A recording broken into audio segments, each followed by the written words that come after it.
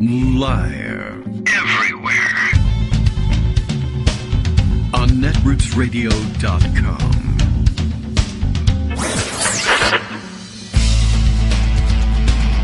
David Waldman. Kagro. In the morning. Now, here's David Waldman. Hey, good morning, everybody. How you doing? It is Monday, October 23rd. Time for another week of shows, and a time for this show in particular. Well, you know, that's the way it goes with time. As you all know, this is how it works. Good morning. Welcome back. Yes, another action-packed weekend with things to catch up on. Greg Dworkin, of course, in the business of helping us catch up on them. And let's see, is the queue already filling up over at Skype? Well, I hope everything is working with Skype. It just occurred to me that I didn't get to conduct my usual pre-show test with Skype, and occasionally things go wrong. So I don't know. I think everything should be fine this time. But I always like to test it just to sort of wake it up, especially after the weekend, and make sure it's ready to go. So if it's not ready to go, we'll have a little delay and we'll muss around a little bit and fix it and then get Greg on the air. Lots to catch up on, as I said, over the weekend. Still no Speaker of the House. We know that much. And I believe that the Friday development on that front, which, you know, seems like a million years ago at this point, is stuck somewhere in pocket and buried under any number of things already this morning. But I believe that the House Republican Conference got together prior to the end of the week and had a meeting after, I guess, the third failed speaker vote for Jim Jordan himself. And as you know, once you get to 3, you're pinned, and that's the way it works in wrestling and in life, even though I guess they let Kevin McCarthy do 5 matches. Anyway, Scalise dropped out after 1, I think, once it was clear that he wasn't going to get it. What's his name? The other dude said he wanted to continue going on for a little bit, but the House Republican Conference met, and I think they basically deactivated his membership there. Not that he kicked him out of the party or anything like that, but they basically said, well, we want to make clear that he's no longer our speaker nominee and therefore not speaker designate. That was always jumping the gun, really. Speaker designate when it's pretty much assured that you're going to win. It seems like a proper title, but speaker designate when it was pretty sure you were going to lose seemed a little bit optimistic, let's say.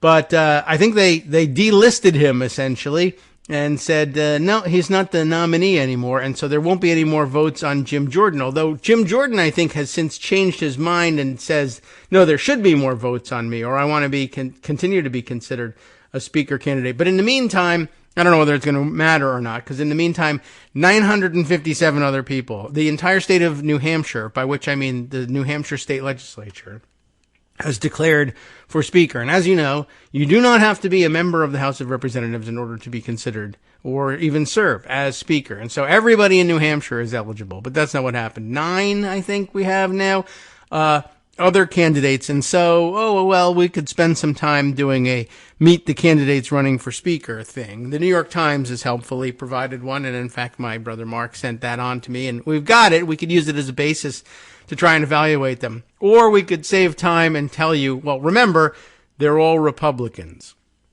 So, what's the effing difference?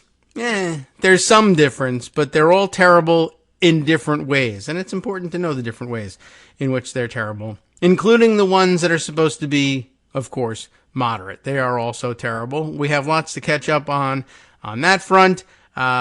Let's see, I guess the Washington Post already had a profile of Jim Jordan in the can anyway, and so they ran it as though he were somehow going to break through and become speaker, and it was a bit of a beat sweetener, it seemed like, you know. It was an interesting framing, and I'm sure we'll talk about it at some point, and Jay Rosen took it on because it was such interesting framing, and he made an excellent point about it, which I'll surely share with you, or maybe I can even squeeze it in now. But basically, they profiled him just the way you think they would profile him as a wrestler. Why, he's such a tough guy. He's a fighter, and he'll never give up because he was such a tenacious wrestler, etc. And as I said, that he made an excellent point about it, where I may have tucked that point. I have no idea, except for the fact that I just found it.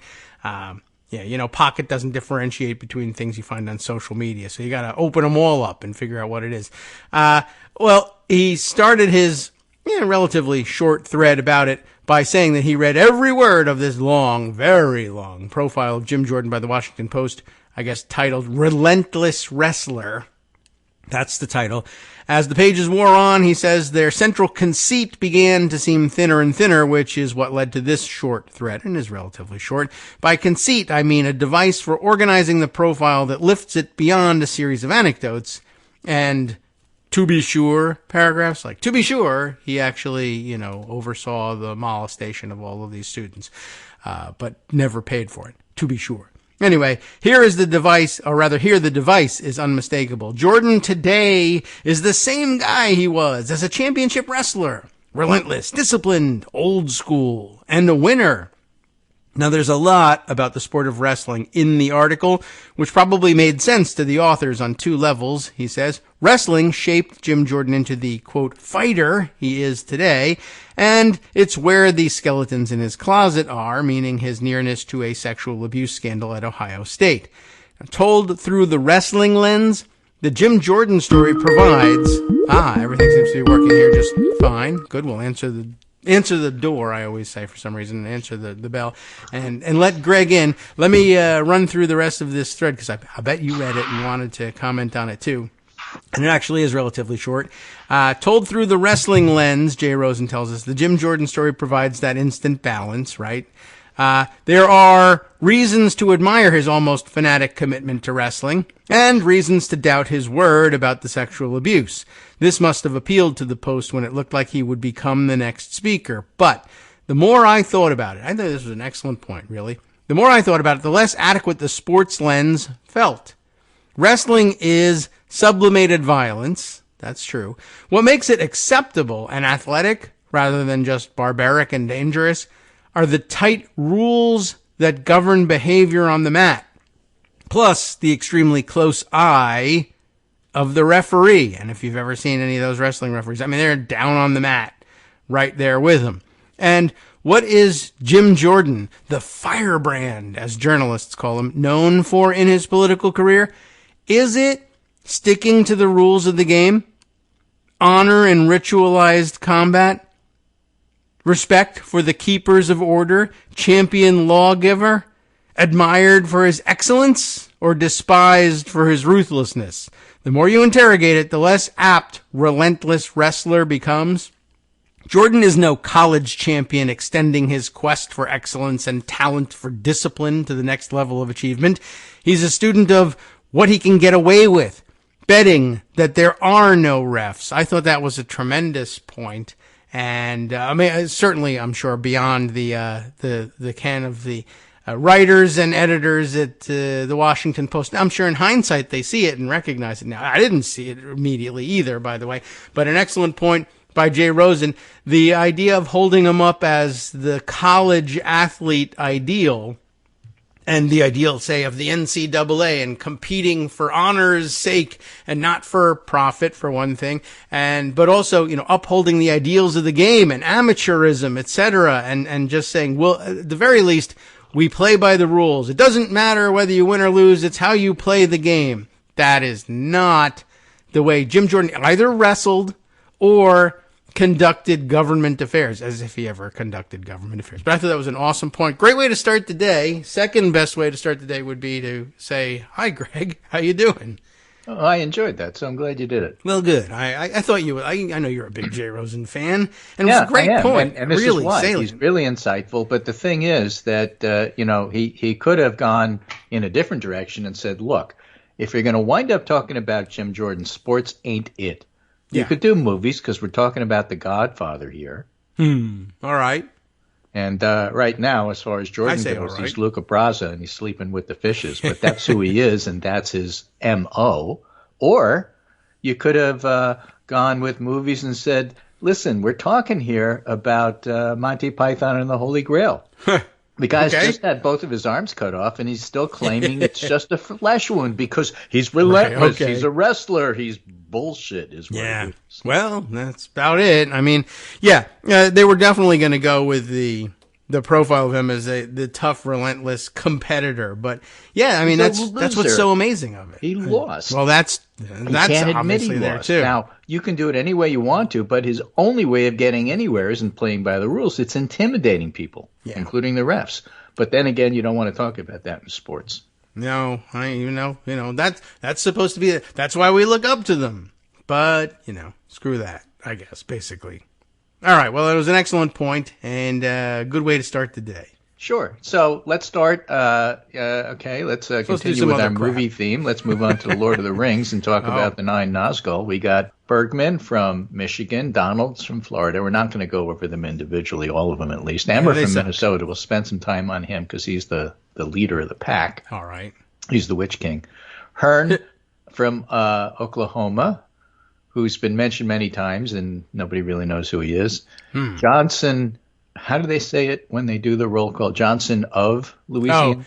Or Johnson yes, from Louisiana? Mr. Johnson of Louisiana. Mr. Johnson of Louisiana, Muser of Pennsylvania, Mr. Palmer of Alabama, Mr. Scott of Georgia. Mr. Scott of Georgia, are you here? Mr. Scott of Georgia. And Jeff Sessions, an old name recirculating from Texas. Those are the 9. All right. Emmer is in the lead by far because he's been mentioned as, look, first of all, he voted for Joe Biden certification. Okay, I mean... That's important because any speaker is going to have to be elected with Democrats. They won't admit it, but it's true. And so Democrats won't vote for anybody who didn't certify Biden. That's Jordan's biggest problem. Republicans may not see it that way. Some of them do, but a lot of them don't. All Democrats see it that way. Yeah, he's got a lot of issues, but the main issue is he's an insurrectionist. Well, that's bad. That's bad. So, that is a problem. All right. I haven't gone through the list to see who's an insurrectionist and who's not on this list. Yeah, but the reason to not spend too much time on it is with 9 of them, some of them are going to be dropping out. They get to make their presentations tonight. Then they start voting tomorrow. Exciting. By noon or 1 o'clock, whoever's last on the list drops off or something like that. So by noon or 1 o'clock, we'll have an idea of who's really running. Okay. And the issue with Tom Emmer is the same thing that elevates him, which is to say he's a hardline conservative, but somebody who, unlike Jim Jordan, does play by the rules and doesn't try to alter the rules. We think. Yeah, okay. At least in one case. He... in the process of doing that, voted to certify Joe Biden. On the other hand, the biggest detriment against his candidacy is that all of that, he voted to certify Joe Biden. So Trump doesn't like him. Yeah, okay. Because Emmer didn't automatically go with the big lie. Yeah, that'll disturb the orange some of them. On the third hand, Trump is not actively going after him on social media the way he could. If he does, it'll make it harder for him to win. If he doesn't, Emmer will probably skate by, quote, answering his critics, end quote. Could be. Which is to say, leave me alone, and at the end, I'm getting Democratic votes anyway, so shut up. That's how he's going to answer his critics. Oh. Well, yeah, I guess if he gets them, that would be an answer. If Trump starts going after him on social media, that won't be good enough. But by the end of the week, we should find out whether Tom Emmer will be the new speaker or... Patrick McHenry will be voted Speaker pro tempore, which I still don't know whether that allows him to swear people in or get in line to secession for the president. I don't know. It depends on what they say it means or but he what can do he everything claims. else. And I guess so. Yeah, and they can make, as we've said, they can make him in other do words, whatever if a they Democrat want, is elected in a special election, election, then McHenry may not be able to swear him in, but if it's a Republican, then he can? Is that what you're saying? Yeah. Probably. In all likelihood. But remember that such stalwart Republicans as the folks over at the Federalist within the last couple of years have assured us when a Republican needed to be sworn in but wasn't sworn in properly, if that was the case. The clerk can do it? That it doesn't matter and the oath is not important. The election is what's important. And he's considered a member of the House of Representatives anyway because he's a Republican and that's what the Federalist wants. But if it happens to a Democrat, the oath is critical.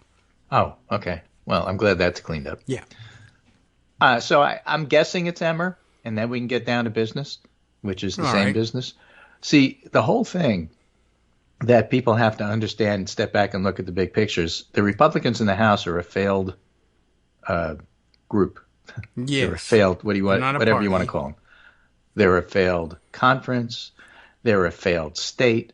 They're a failed party. They're a failed entity. They're a failed House. They're a failed majority. They cannot function as a functioning majority. That's just so clear. Yes. And what that means is that for the rest of the term, they're not going to be able to get anything done. Uh-oh. It's even hard to see how they're going to do impeachment. That's true. I mean, they're just so dysfunctional. It's hard to see how they do anything. Yeah, because every single committee meeting is going to start with an argument because they hate each other now. And who's the chair? We don't know.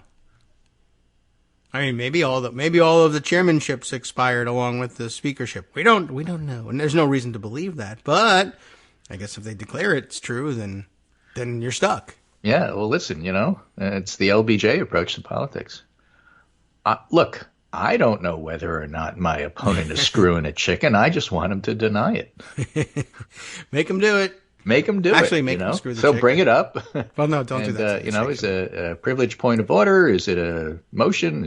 There are no motions. There are only resolutions. There's no DNA. And bills. Yeah.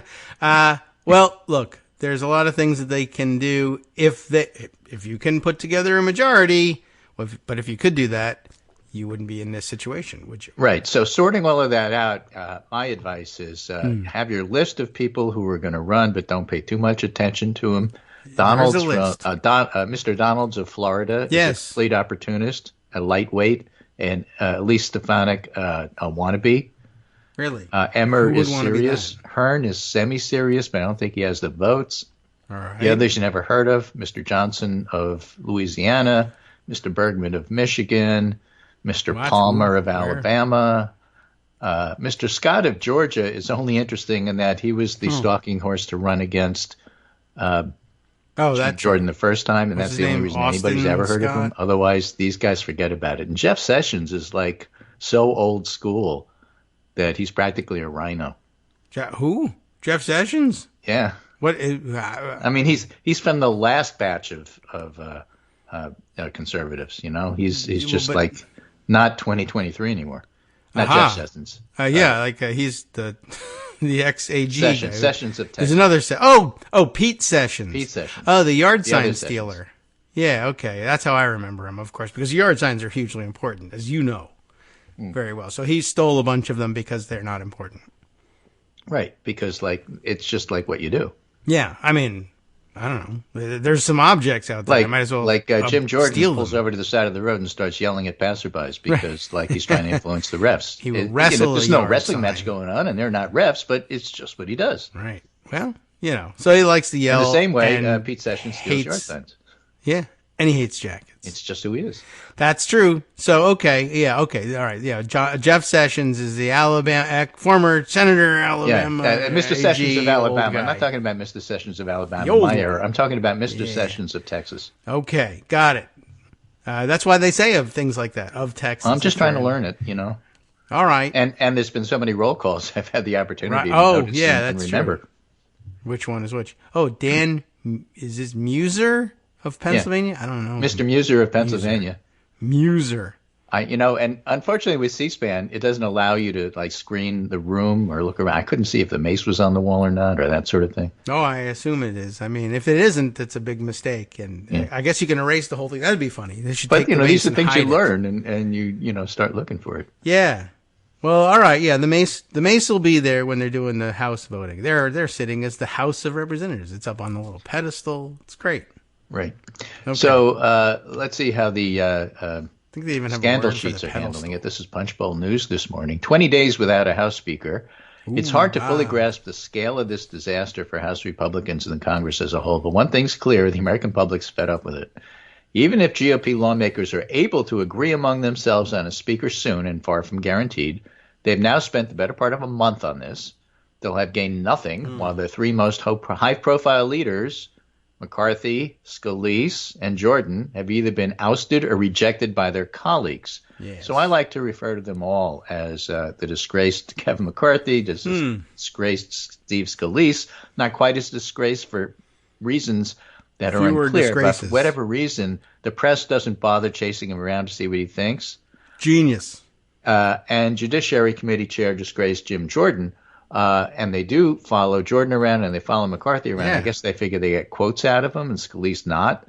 But they're all in the same boat. They've all been rejected by their colleagues. True. But yeah, again, Scalise's decision to just say, you know what, I'm out. It is genius. They're not following him. The other guys, I'm still in. All right, well, then give us a quote. No, I don't want to. Well, then drop out.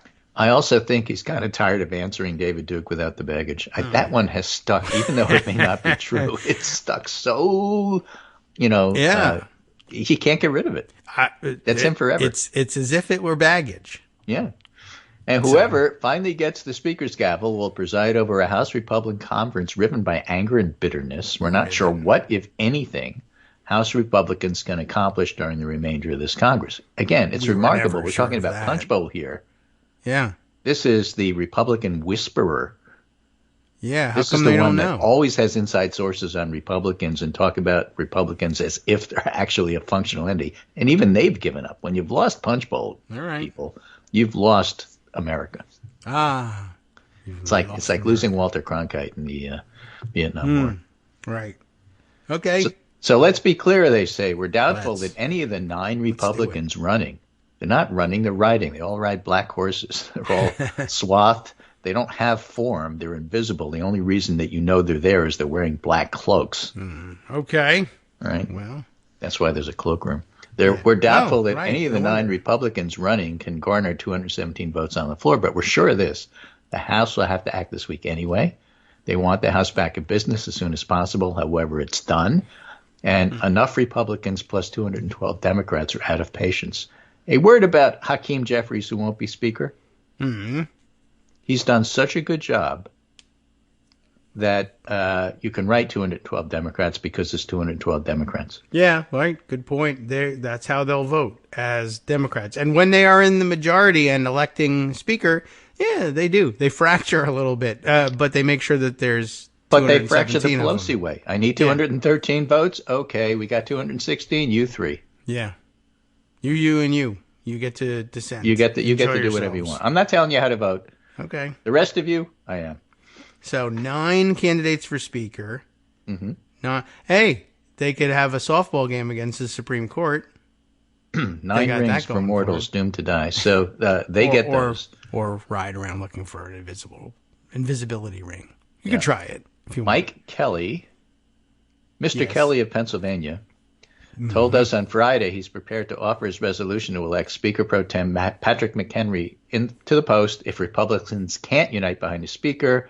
And Mr. Joyce of Ohio, has a similar proposal. Oh. That would allow the House to take action on Israel and the other critical issues it faces. But Kelly and Joyce would need Democrats to pass this. And so far, Democrats are waiting out the internal GOP crisis. Why? Because Hakeem Jeffries has control of his caucus. Yeah. And, well, who are you nominating? No, I'm not voting for that guy. They don't want to just say I'm not voting for any. Well, Jeffries has done 2 smart things. He said, on the one hand, you keep coming to me and say, it's Democrats, it's Democrats. Well, let me tell you something. Right. First of all, we are totally ready at any moment, the drop of a hat, to work in a bipartisan fashion with Republicans. And perhaps more to the point, reporters who keep bothering me about this. Who am I supposed to talk to? Who's the leader of the Republicans? You tell me that. Who's the leader? And I will tell you why we haven't talked to him. Oh, all right. We have a real individualized answer. And you can't tell me that, so I'm them. not telling you why we haven't talked to him because there is no leader. So, get off my case. And that's worth pointing out, right? As the supposed majority party in the House of Representatives, who's their leader? We don't know. We don't know. Who's the highest-ranking Republican? So every time Republicans say, well, the whole reason we lost World War II, it's the Democrats' fault, or other garbage, which is such a complete lie that you can't even pay it. Every time they say that, all Hakeem Jeffries has to say is, my caucus is united, and who am I supposed to talk to? Yeah. End of discussion. You want to have a meeting? Who? What do you got? Now, why is he in the position to say that? Because he's good at what he does. That's why. Okay. Yeah. So eventually, like the other one, perhaps as soon as 2025, he will make an excellent speaker. I guess so.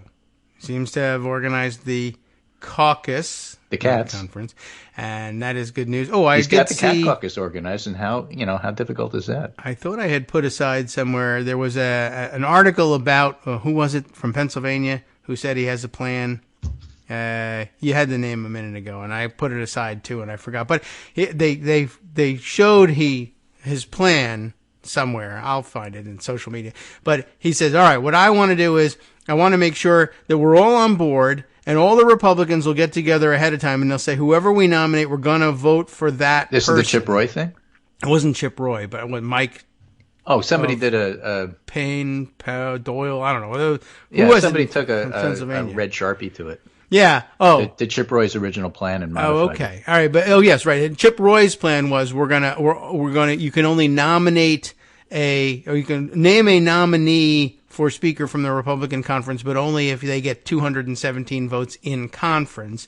Yeah. And so the new version of it was that we'll all pledge to support whoever the nominee is, and then go forward into the election, which is called like having an election. It's, the primary system. They all know how that works. Yeah, they're all afraid of primaries. Trusting each other. That ain't right. happening.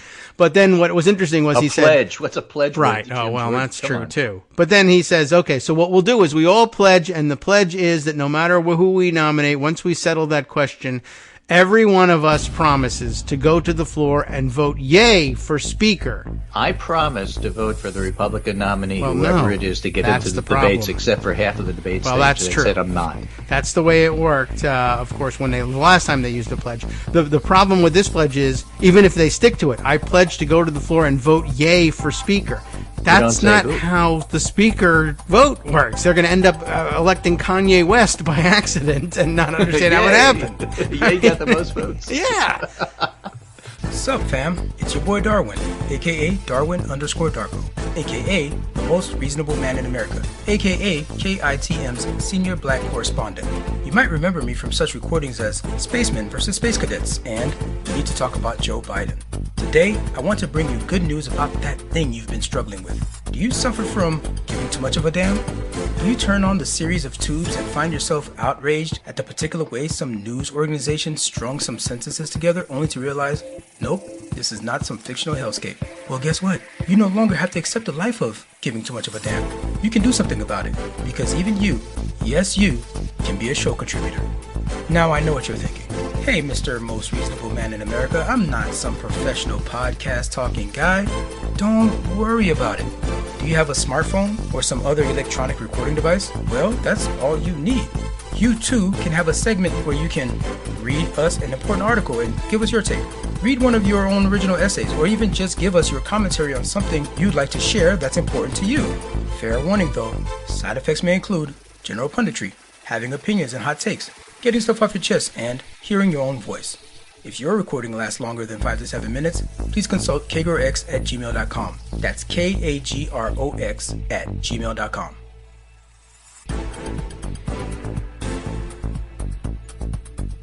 All right, welcome back now to the Kagro in the Morning Show here on Netroots Radio. Yay! It's me, Kanye West. Yeah, so just to finish that thought. So yeah, you don't vote yay or nay when you go to the floor to vote for Speaker. You call out the name of the person you're voting for, and you could be forgiven for getting confused if you're relatively new to Congress. Or if you're Lee Zeldin, who didn't know he was running. Right. Well, then there's that. True. Right. But you only do it once every 2 years under normal circumstances. But this guy, I don't know how long he's been in Congress, but it doesn't matter.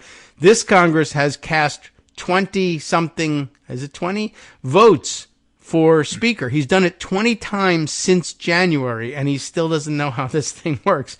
So, yeah, going to the floor and having, I know it's just technical and they could quickly change it and everything. But it's happened enough times so that Hakeem Jeffries not only has thrown the most touchdown passes in the postseason, but also gotten the most votes for Speaker ever, because they keep voting and he keeps getting 212. Right. So it's I'm not exciting very good at him. Prognosticating, but I'm betting that if there's another vote for Speaker, which there probably will be at some point, Hakeem Jeffries is going to get 212 votes until Democrats decide via Hakeem Jeffries that, okay, I'm going to throw my support to somebody else. Yes. All right.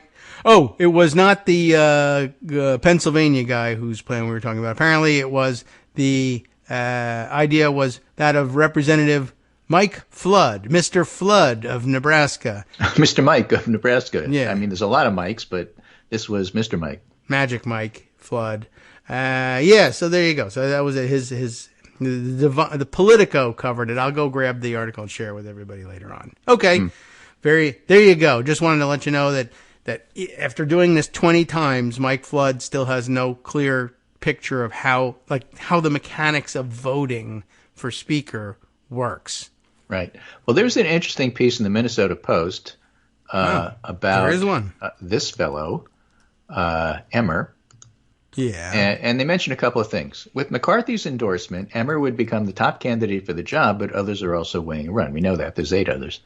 Since McCarthy, Mr. McCarthy of California, was ousted from the speakership earlier this month, Emmer has been considered a possible replacement, but he didn't want the job. He's number 3 as House Majority Whip. He's the guy that can't count. It's his fault. Elect him. And he was eyeing the number 2 position of Steve Scalise. He really is number 2. Count. Yeah. The thing is, Scalise didn't leave. That's right. That's why I think he's such a genius. I mean, if he had stayed and kept losing and losing and losing, people would have said, is he even still majority leader? Are we sure about that? Maybe we voted on that to his last time. old It didn't job? tell him. Yeah. Anyway, like Jordan, Scalise failed to win the necessary 217 votes on the House floor. But he only did once. Mr. Jordan of Ohio not only lost a 3rd vote on the floor for Speaker Friday, he also lost, this is the great part, he also lost a secret ballot among Republican members who said they no longer wanted him as Speaker designate. You mentioned this at the top of the show. Mm-hmm. But that's incredibly humiliating. Yeah, that's really where he becomes Monty Python Black Knight, just a flesh wound. Yeah. They don't want you. They told you they don't want you. And it was a secret ballot, so you can't even intimidate them. You don't know who to intimidate. Damn. Yeah, well, wrestler, get the hell out of here. No, that opened the door to any Republican member who wants to try. And the thing is... Yes, it did. Okay, Emmer starts calling people right away. Fine, that's what you're supposed to do. Yeah. I mentioned Trump. Now, Kevin McCarthy is endorsing Emmer. Yes. McCarthy is Trump's creature. My Kevin. Is that my Kevin? But no. Trump doesn't like Emmer because Emmer voted for Biden to be certified. Is that a signal? So nobody really knows what Trump thinks at this point about Emmer. And as long as that remains the case by the end of the week, Emmer's it. But if Trump makes his wishes known, maybe not. Of course, you could also look at McCarthy's track record, which is just as good as Elise Stefanik's of endorsing people. Yes. Right? That is to say, if McCarthy endorsed him, that means he's going to lose because McCarthy can't count votes. Okay. So nobody really knows what's going to happen. Emmer's the leading candidate, but far from being in a position to say, okay, he's won. That's what I'm trying to get at here. Yeah. And McCarthy, of course, is such a complete loser and liar. Every single thing he's done, not only while he was Speaker, but after he got booted out, every statement he's made, every move he's made, every endorsement, every vow he breaks, every action just proves why Democrats voted against him. It's easy to remember. He's awful. He's terrible. He's a liar, and you can't trust him. And by the way, he's an insurrectionist, too, who's empowering the insurrectionists in his parties. And the fact that he would endorse Jim Jordan tells you everything you need to know about Kevin McCarthy just in that one endorsement. And there's no way Democrats would ever help him. And that's one of the reasons why why didn't the Democrats stop all this nonsense? It dried up because it was so obvious that Kevin McCarthy was supporting Jim Jordan. Even reporters get it. Wow. That is something. Well, good. I'm glad. It's nice to see them get it once in a while. It's nice. But, right. So McCarthy, he's terrible. And if you want to know about what kind of firebrand and a spine of steel he's got, remember, of course, that he spent the hours of the actual insurrection calling Trump, please, please, please, you got to call this off.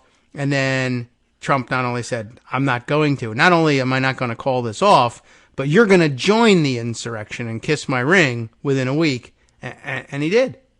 He did. So, help, they're going to murder me. I'm on your side. The other scandal sheet, the Politico playbook, is in on whether or not the Trump issue is going to sink Emmer's candidacy. It's not clear. Emmer World says the entire conflict has been concocted by Emmer's foes in the House who have grievances that have nothing to do with Trump.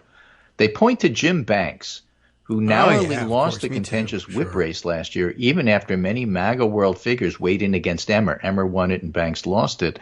And to allies of conference chair Elise Stefanik, whose orbit has also clashed with Emmer's, dating back to when the two sparred over her push for more women campaign recruits. So basically, Stefanik and Banks don't like Emmer.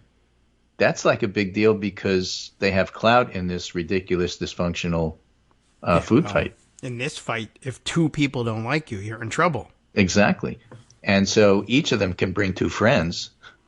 Yeah, and that's enough. And that's enough to deny you the speakership. So, it's just interesting world that's up there. The issue for Emmer is that narratives can be hard to change. Just ask Steve Scalise about David Duke without the package. I didn't say.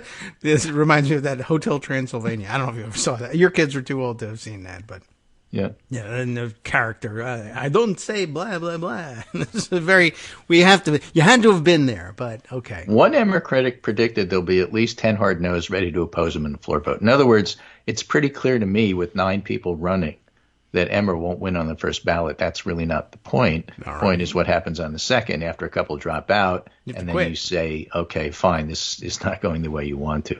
If you don't quit, you're David Duke. If you don't quit, you're I think that's Tim the new Scott. rule. Wow. If you don't quit, you're Mike Pence, who can't get 15 people to come to a Pizza Hut. What? That's one of the stories. Inside Mike Pence. He was once a favorite of the right. Now Mike Pence can't get a crowd of 15 to a Pizza Ranch. That's where it is. Oh, well, must be in Iowa. I wasn't going to go to a Pizza Ranch. I like Huts. Yeah. All right. Well, I didn't even know there was a Pizza Ranch, but okay. What happened to Mike Pence is the story, which is like completely uninteresting other than the fact that he can't get 15 people. Oh. Pizza Ranch. Right? Now, next, Politico. I'm going to look that up. Yeah, okay. Liz Cheney decries intimidation in House Speaker battle. She says Jim Jordan needed to lose. And the reason Jim Jordan needed to lose is he's awful and he intimidates people. And that tells you where the Republican Party is right now. Yes, lots of writing about that this weekend. And let's not miss that. So now that he's down, everybody's kicking him. I love it. Good. Yeah, if it's what I think she means by kicking him, I love it. Yeah, well, good, right? And that was Jay Rosen's point too. Is he's a liar and a cheat. And the idea of what if he had gone around intimidating people into or intimidating refs? He never won a match. He just threatened to kill the refs unless they declared him the winner. Kill the refs' family. Yeah. Oh, right. Yeah. They made a big deal. That's really of that what was going on with this speaker race, and that's why Liz Cheney was ready to go public on it. Yeah. Well, she's been through it already, so she's well aware of what it means to live with those threats. They did that to her last time. By the way, I sent you the once a favorite of the right. Now Mike Pence can't get a crowd of 15 to a Pizza Ranch story. Good. I sent it to you on Skype. I didn't have to tell everybody on the radio that. It's just that I love the headline and I wanted to read it again. Well, all right. And plus I learned about Pizza Ranch, which is a chain and everything. Right. Wow. 200 locations. So I guess. Anyway. So back to the scandal sheet. Comes the hard part, pinning down 217. It might all come down to what Trump himself does. Emmer has some hard right allies, Andy Biggs, Matt Gaetz. For a read on how the MAGA bloc is approaching Emmer, we caught up last night with Troy Nehls. That's the guy who keeps nominating Trump. Oh. And how's that going? Said, well, the attacks aren't making Emmer look good, but I'm not personally ready to tank him. Okay. If Tom Emmer can get 217, I'll back him. But all right. What does that mean? We don't need you. Right. That's the Republican Party in a nutshell. When you're a candidate in a box, you don't know what to do. But after people have already won, you back them wholeheartedly without reservation. Well, that's what they're supposed to do with their nominees, their primary winners. But Yet they won't do it. But now they actually have to wait until they win the election. If on November or whatever, if November 7th comes around and you've won, on November 8th, I'm going to vote for you. I thought the instruction said you're supposed to vote yay. Yeah, right. That's I don't know this stuff. We had 100 write-ins for yay. I don't know what to do. But okay. Here's one from Jackie Alamani, who's one of my favorite reporters at the Washington Post, unlike the ones who wrote the puff piece for Jordan that Jay Rosen was criticizing. This one is concerns about Jordan's election denialism flare during failed bid for speaker. Okay. Too long didn't read. Here's the gist of it and what matters. You cannot overstate how important it is to both sides that January 6th happened and that Republicans refused to support the January 6th committee. Democrats under Hakeem Jeffries, united, will never vote for a speaker who wouldn't certify the election. That's a good test. It's a fair litmus test, if you ask me. And Republicans are so angry that they're getting blamed for not certifying Biden that they blame everything on Democrats because projection. I mean, that's what they do. Sure. So every single thing they did wrong, they blame Democrats on. And that has, as they say in the business, poisoned the well, the specific well. Okay. The well of the house. There is a well of the house. That's what I'm talking about. It hasn't got any water in it. But it's poison. Yeah, that's no doubt about that. All right. They just put poison everywhere. That's the thing. Yeah, we weren't looking for a rats, well. It's just the rats kept getting reelected, so it doesn't work. Okay. Good. During a conference meeting on Monday evening, when Jordan was asked by Representative French Hill, Mr. Hill of Arkansas, whether he believed Trump won the 2020 election, this is when Jordan was still running for speaker, he declined to answer the question directly, according to lawmakers who were in the closed-door meeting. He answered the question as if it were February 2021, said one lawmaker. It was disappointing for many members that Jordan couldn't succinctly answer a simple question. But that is to say, there are even some Republicans who are still upset about January 6th. Okay. They may try to downplay it with the public. It still matters. I would contend it still matters in the election. Eventually, when it's Biden versus Trump, people will get past the fact that Biden is terrible at performative stuff, which is one of the reasons why people don't like him these days. Okay. He doesn't jump up on the table. Oh, Israel, Hamas war is going on, war in the Middle East, and Biden's at the beach. Biden made like 5 calls to key leaders is what he did. There's one photograph of him walking on the beach that the Republican National Committee jumped on. He's actually doing his job. In fact, Biden is so popular in Israel, he could probably win the PM race if he ran today. He's trying. They don't like to talk about that, but it's true. So, at the same time, yes, Biden's old. I don't really think that's the issue. Everybody sort of internalized that, and there's nothing you could do about it. What they don't like is he's not out there in your face every 3 days reminding you he's president. In fact, I would contend that's a feature, not a bug. It's part of the reason why we elected him. Yeah. And I think it's one of the strong points about electing him again. We'll see what happens. Sure, Trump can win. I saw a really, really fascinating discussion, or listened to a discussion, I should say, since it was audio. I didn't know to see it. Okay. I like the editing job that you're able to do around the phone ringing. It's really it's I've gotten good at that because it rings 4 times. And you know the beat of it, and I'm going to try to help you cover it up. And then we got one more, so we'll just let that happen. No problem. I'm saying things so that it doesn't sound like nothing's happening. There you go. Like, do not try to show up. So, all right. And we'll cover up the message as well. Shush! Tom Emmer is calling you at last. You recommended such a great microphone. It unfortunately picks up the video games playing in the background. It picks up the messaging, picks up my washing machine so people can learn the brand. And, of course, picks up Abby. That's true, too. But we like that part. And really, honestly, the washing machine. Abby's been very good lately, so we're not hearing a whole lot about that. Yeah, she's been terrific. All right. But if she wants to run for speaker, she's welcome. Yep. Anyway, yes, so this focus group was being described by Sarah Longwell and Amy Walter of the Cook Political Report, Sarah Longwell of the Bulwark and a Never Trumper.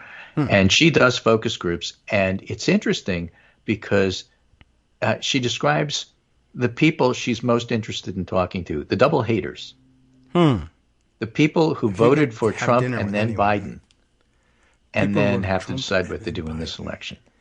But the key part of that often doesn't get mentioned, but she brought up front so people would understand this. Yes. These are Republicans. They normally vote Republican. The people who switched from Trump to Biden are Republicans. Mm-hmm. That's why they voted for Trump. They were just so sick of him, they voted for Biden. Guess what? Because Biden is president, they found out he's a Democrat and he's not a Republican. So they're unhappy with him. Why doesn't he say he's a Republican? He didn't lower taxes. Things are more expensive than they used to be. When they describe why they're unhappy with Biden, they describe all the lies you would normally hear on Fox News. Well, he's so old, he doesn't know where he is. He's senile. Like, he just made a whirlwind 48-hour trip to the Middle East and was able to do things like open up the Rafah border to allow at least the beginnings of supplies to come in. Second convoy on the way. He wound up holding off the Israeli ground attack for at least a week to help sort stuff out. He was able to, at least until the Gaza ground game, get Hezbollah and Iran to hold off. But he's senile, and he has to have pablum and stuff like that. All of this while Tommy Tuberville is the one that fell down the stairs of the airplane. Right? And they repeat all that stuff back as if it's true. Yeah. Sure. And they tell you, I can't vote for him because look at all this stuff that I heard on Fox News. You're senile, sir. So when you hear them say, well, there's a lot of unhappiness with Biden these days, you have to look to see who it is coming from. And at the same time, when you press them, and this is why it's just so fascinating and why I'm so glad I'm not a median voter or a swing vote. So you don't like Biden. Does that mean you're going to vote for Trump? Well, I don't like Trump either. I don't know. I'd rather eat glass than go to this election. Or grumble. Of the election. That's where the American voter, the median American voter, is at this particular point. It's one of the many, many reasons why you can't look at the polls and know what's going on. Sure, there are people who are going to say, I'm not re-endorsing Biden at this point because I'm just unhappy with how things cost. But you haven't pushed me yet to make that confrontation, that decision, that choice between Biden and Trump that I don't want to make. I already made it once. Yeah. You're making me do it again. I don't want to. I'm not ready. And that's one of the reasons why you can't pay attention to polls right. It's not that they're wrong. It's that they're misleading. They're just not telling you what's happening in November 2024. A real thing. I'd rather eat glass. All right, here's glass. Yeah. Now you have to choose between voting for Biden and eating glass. What are you gonna do? When I get to the point that, the glass is on the plate in front of me, Biden. But, for now, I can just tell you I'd rather eat the glass. Now what are you going to do? You have to finish the bowl. Well, that's what they serve in those diners. Finish the bowl of glass. I don't understand why people keep going to these diners. Keep giving you bowls of glass. glass. And that's the thing. Again, you're going to a West Virginia diner. What do you think they're going to say? I don't know. You keep going to Republicans to ask them if they're unhappy with Biden. That's true. What do you think they're going to say? They are. As it turns out, they are. But, Right. And because people are so tribal, again, it gets very frustrating to hear what the reasons are. Well, I'd like to reason with you about why you should consider voting for Biden. No, I can't. Look, he's senile. You're never going to change my mind on that. Oh, God. Yeah. Okay. Yeah. That's what people do. And we pay reporters to follow them around and document that. I don't know why we do. Right. On the other hand, and this is sort of under the radar, but it's been reported, which is how I know it, because I'm not an insider. I don't know this stuff. All right. The Biden campaign has amassed a gazillion amounts of dollars, and they're ready to do a very early campaign about why you should consider reelecting Biden. Okay. And this is a really interesting situation. If you think that the current situation in the House is a good political science course on how the House works. It is. Well, yeah. It's taught even normies who don't know anything about the House like me, something about the House. Yeah. Oh, it didn't teach, what's his name from Nebraska? Flood. Yes. He did not learn it. But Mr. Kagro of Virginia, can explain it to Mr. Flood of wherever the hell he's from. Nebraska. And he's going to meet me here at Starbucks. The Roman Hruska of Nebraska. So, the what were we saying? Oh yeah, the median voter and how they're going to wind up approaching this. Stupid. There's going to be a political science course on what campaigns mean and what they do. People deride campaigns. Well, it's just a campaign. It's just campaign stuff. Yeah. Campaigns actually move voters. All right. They may not move them 25 points. Mm-hmm. But if you have somebody who you're hesitant about, they can convince you the other guy's worse. Okay. And that's what is going to be needed, and they're ready for it. Maybe they do learn something, right? Did put it on Kevin McCarthy get thrown out because... Just put the yard sign out. The other guy's worse. Vote Biden. Yeah, that might work. And it is interesting to look at the House race, and even if they don't understand the mechanics of how the House race works, so you can at least tell them, is it the case that all Republicans rejected McCarthy? No, far from it. But it only takes a few to make this happen. And same thing with persuasion in the race. In an evenly divided country, whether it's divided for good reasons or bad, or people understand what their divisions are or they don't, you only need a few people to say, this week I'm fed up with that guy instead of the other guy. And if the timing's right, that's why you don't want to peak too soon. Well, not only that, I would argue that there's a whole lot of insidious stuff going on that they haven't even reckoned with yet. That's true, too. Okay. That's just a straight up normal, what normies think is going on in an election. Persuasion. So if you, in your persuasion abilities and skill, wearing your persuasion mantle, the magic cloak of persuasion, all right, and you keep telling people the reason that Kevin McCarthy isn't Speaker anymore and the House is in disarray is because of the Democrats, because they wouldn't vote for him. And then Republicans keep not electing a Speaker because Republicans refuse to coalesce around a Speaker. Yes. The idea that it's the Democrats' fault because we say so starts to get a little flat. Then when you go back to the well at election time and try to say all the problems that we did are Democrats' fault, well, you already lied about this, and I already learned not to trust that message because I saw what was going on. Why should I believe you this time? I don't know. Now, is it going to change the entire Republican Party? Of course not. But the Republican Party never wins elections. It's basically the independent voters. It's the double haters. It's the I don't know what I'm going to do. It's the swing voters. It's the soccer moms, whatever you want to call it. Security dads, all that crap. They actually do decide lovers. Elections. Okay. Not the Republican. Get lost, you idiots. I hate these guys. All right. But yeah, findings. Well, I guess that's why pollsters and analysts think it's so, I don't know whether it's lucrative in their minds really, but so good, so important for them to identify the new demographic is mostly to make them famous as the person who discovered the new demographic, even though it was always there. But yeah, I guess if you're going to say that all it takes is to move a certain margin one way or another, if you can identify two people who are similar inside of that margin and call them and say that all the rest of them are just like that one, you'll get on TV. Well, how about I got a group and I got you two people. Yeah? There's a group. The New Hampshire State Legislature. And they say the election was stolen. Yes. And I got two people, Sidney Powell and Ken Jesbro, who say guilty. Yeah. It really wasn't stolen. Oh, whoops. Or well, are they saying and it was that? A crime for me guilty? To try to, make it sound like it was. And in fact, in Chesbro's case, it's a felony. Yeah. Now, I'm a first offender, so by Georgia law, if I am a good doobie, I can get all of this expunged. I don't know what that means for a lawyer to get a felony expunged, but, it's important, the point of all of that is that the fact that they are guilty is the first step in getting to Rudy Giuliani and Jeff Clark.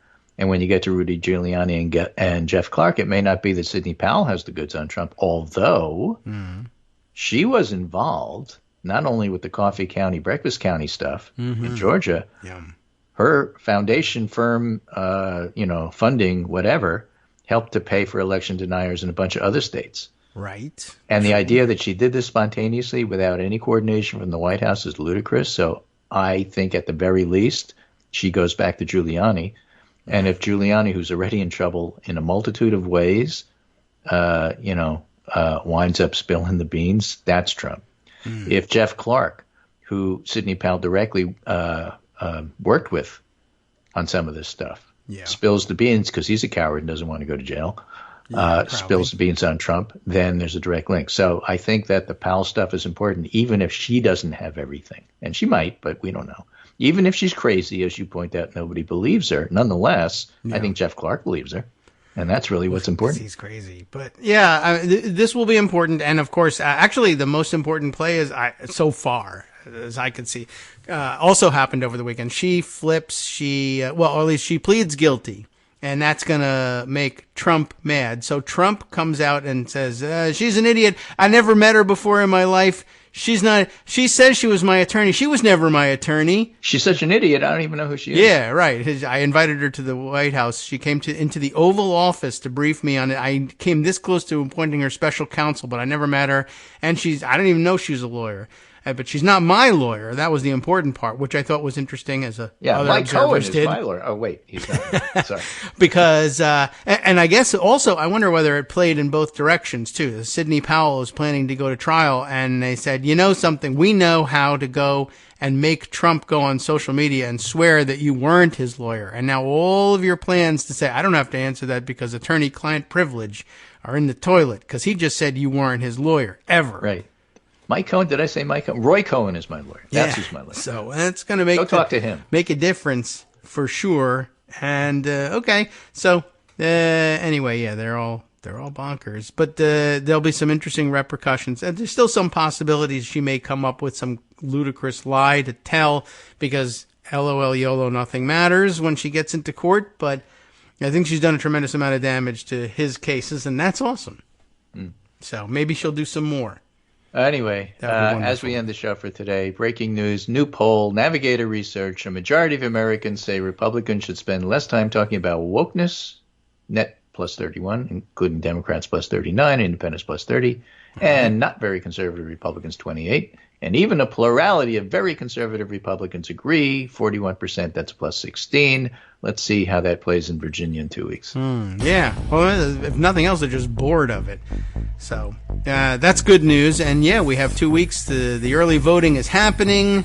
The late voting will be happening shortly in 2 weeks. 2 weeks from tomorrow. Voting, otherwise known as election day. Yeah, the same day you're supposed to be voting.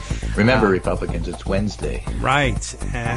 So you can back clean up if you want. So come around 2 weeks from 2 weeks from Wednesday, I guess is the day for you. All right, we'll see you on Wednesday. See you then.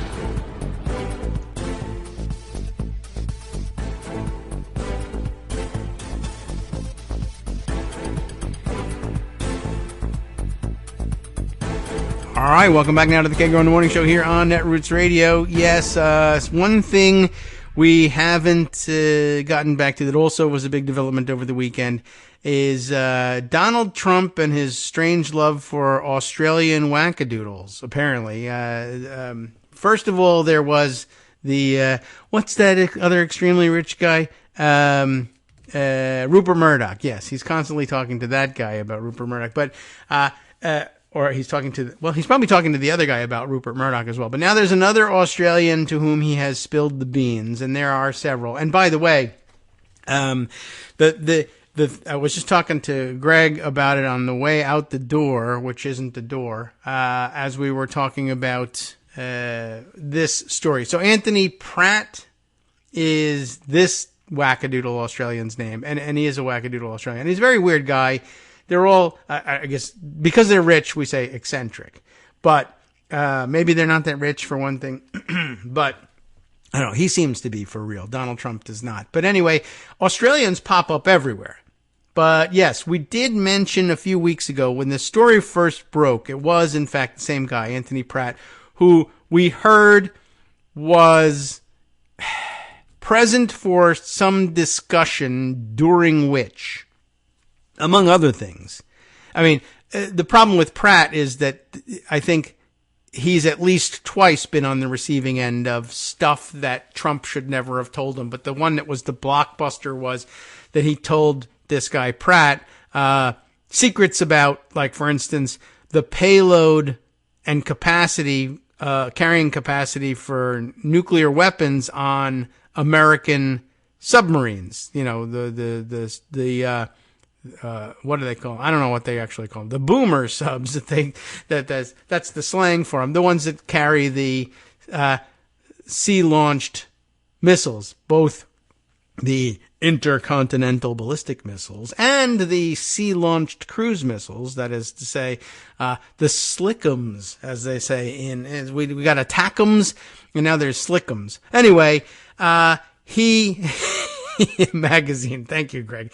That's the name for it. But at any rate, he told this guy about how many missiles they carry and about their stealth abilities, how close they are willing to approach to the Russian shoreline, or how close other submarines can get to Russian submarines before they're detected. All sorts of highly confidential and very dangerous information that you should not be sharing, and that ordinarily we will lock you up / maybe shoot you if you tell people this stuff. But because he has orange skin or something, we're not doing anything about it. Anyway, Anthony Pratt is the guy about whom this was reported. And I guess he's back in the news because I think what made it news again was 60 Minutes Australia. And they have this, 60 Minutes in Australia. I mean, time passes in the same fashion in Australia as anywhere else, not backwards or upside down or anything like that. Although they do get to it sooner than we do. That's interesting enough. So yeah, 60 Minutes in Australia airs on Wednesday. Not really, but it feels like when it's Wednesday to us, or last Wednesday when it's Sunday comes around for these guys. You know how this goes. But they aired, I guess, tape of some kind of, I don't even know what, but I didn't read that far into it. But my interest in it was, as most Americans, he's spilling nuclear secrets to this guy. And the guy, in turn, is blabbing about the nuclear secrets that have been spilled to him. And 60 Minutes played the tape, and at that point, I don't even care what's on the tape. I know I know enough of the story to know that Donald Trump has to go. But there is story behind it, and we were puzzling out over the break. Is this the same Australian? Yes, it's the same Australian about whom we heard Donald Trump, or to whom we heard Donald Trump was whispering secrets about nuclear submarines. Is it the same Australian as Rupert Murdoch? They're not the same people, no.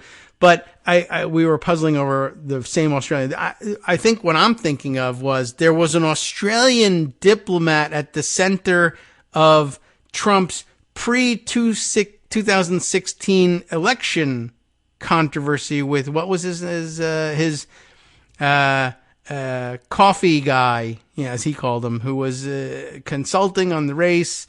And Papadopoulos, do I have it right, wrong? I don't know. Every Greek person is Papadopoulos or Stephanopoulos, as far as we're concerned, because we get it all wrong. We're all wrong about the Eastern Orthodox Church. We're all wrong about the Greek names. But was it George, right? George Papadopoulos or something like that. And anyway, his spilling of the beans was also to an Australian, as I recall, right? He was the one who met an Australian in a bar in London and said, by the way, the whole presidential race is going to be turned upside down next week because we have dirt on Hillary Clinton from the Russians and yada, yada. Oh, really? Oh, okay. How amazing is that? Or whatever the hell it was that he was. I can't even remember what he was spilling the beans, but there's always an Australian at the center of it. But that's because they're ahead of their time. They're ahead of our time anyway, and that's why they know where to be. They're from the future, Australians, and I guess they're able to pull off this witchcraft, and it is witchcraft. And that's why we dump them in the middle of the ocean, but they float, and we can't get rid of them. So I think that's the science on Australia. Anyway, so yes, other stories that will explain some of this. Now, the New York Times has a very long explainer story about it.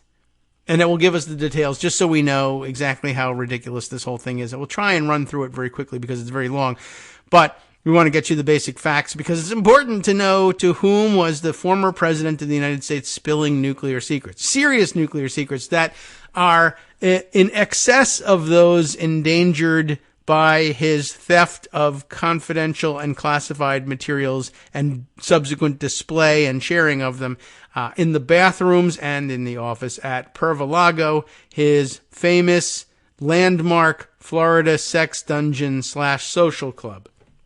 So, and that figures in this too. And that's why Jack Smith, the guy who was actually made special counsel, not Sidney Powell, is interested in exploring this. A president, a billionaire, and questions about access and national security. It sounded like it was setting up as a president, a billionaire, and a Pervolago member walk into a bar. Bartender says, you all belong in prison. And that's it. Ba-dum-bum. And anyway, Anthony Pratt is the billionaire in question. The president that's in question here says he's a billionaire, but he's really not. Anthony Pratt, one of Australia's wealthiest men, maybe, made his way into Donald Trump's inner circle with money and flattery. And I mean, really all you have to say is he made his way into Donald Trump's inner circle. The money and flattery go without saying, because that's how you get into Donald Trump's inner circle. But that's supposed to be the point of this article, in case you did not know that. What he heard there has become of interest to federal prosecutors. What he heard there was treason, for which Donald Trump should, back in the good old days when America was great, we electrocuted people for things like this. Now that's inhumane, but this is Donald Trump, and I don't even know if he conducts electricity. It doesn't make it, I don't know. Give it a shot, see what happens, and if it's a mistake, we'll never do it again. So here's a picture of Trump and Pratt, and I don't know who's in the picture with him. Does it say? I don't know. But what's interesting is there are two people who say they're billionaires and who say they're Trumpist billionaires, and they're dressed in blue suits and red ties that are way too long, and the jackets are open, and they both have dyed their hair some sort of weird, unnatural orange, which is very interesting that this guy would be so imitative of him. However, he does have gigantic hands compared to Donald Trump. I don't know who the other guy in the picture is. Doesn't matter. He's closed his coat. It fits. His tie is reddish, maroon, really, but he's dressed like an adult, and then these two guys are dressed like 13-year-olds at a bar mitzvah, except they're 150 years old between the two of them. All right. Ben Protest, Jonathan Swan, Maggie Haberman, and Alan Feuer are the writers on the piece. Here's the deal. The 2020 presidential election was underway, and Anthony Pratt was doubling down on Donald J. Trump. And if you're doubling down on anything, that means you're a dumb person and we don't like you. That's what it's become, shorthand. It's gambling reference. Sort of kind of understand it. I know it's from Blackjack. Or is it blackjack? No, I don't know. Is it the poker? Who cares? I don't gamble that way. But it's interesting that it's come to mean, I'm doing something that I did is extremely stupid. I'm going to stupider it. That's doubling down, as it turns out. And I think that largely holds even in the gambling sense. Many will tell you. Mr. Pratt, the chairman of a multinational paper and packaging company, and one of Australia's richest men, because they love packaging things down in Australia, I guess. I don't know. He had already paid to join Mr. Trump's Pervolago, sometimes known as Mar-a-Lago, club in Florida, because he likes illicit sex, I guess. He also spent top dollar to ring in the new year there while rubbing elbows with the president. I mean, he paid for that, but he didn't get a chance to actually do it. But later on, he rubs his elbows and who knows what else. And eager to behold a Trump re-election celebration at the club, he had offered to reach into his pocket once again as election day approached. Now, I'm getting some secret messages from Greg here. I want to check in on what these things are, as they may bear on this thing. Oh, Pizza Ranch. All right. Anyway, yes, Pizza Ranch is in Iowa. Pizza franchise known for its exceptional ellipsis chicken. Try their 2 to go sometime. Okay. Well, we'll give it a shot. That's what, it's in the APR comments. So yeah. I mean, you got to figure it's in Iowa, but they have 200 outlets, and I don't know if there's 200 places where people like pizza. In Iowa, there are, but I assume they're in other states too. Okay, look, we were talking about treason. Back to the nuclear treason Trump thing, which it becomes a theme. He keeps sharing nuclear secrets in a treasonous way. Okay, so where were we? Oh, yes, right. He's going to reach into his pocket once again as Election Day approached. If POTUS is having his election party at Mar-a-Lago, or as he says, Mar-Lago. I'll book as many rooms as available, Mr. Pratt told an associate in a message obtained by federal investigators and reviewed by the New York Times. Reasons he should, Mr. Pratt continued, are that 1, it will shore up the Florida Electoral College. 2, it will be good for business.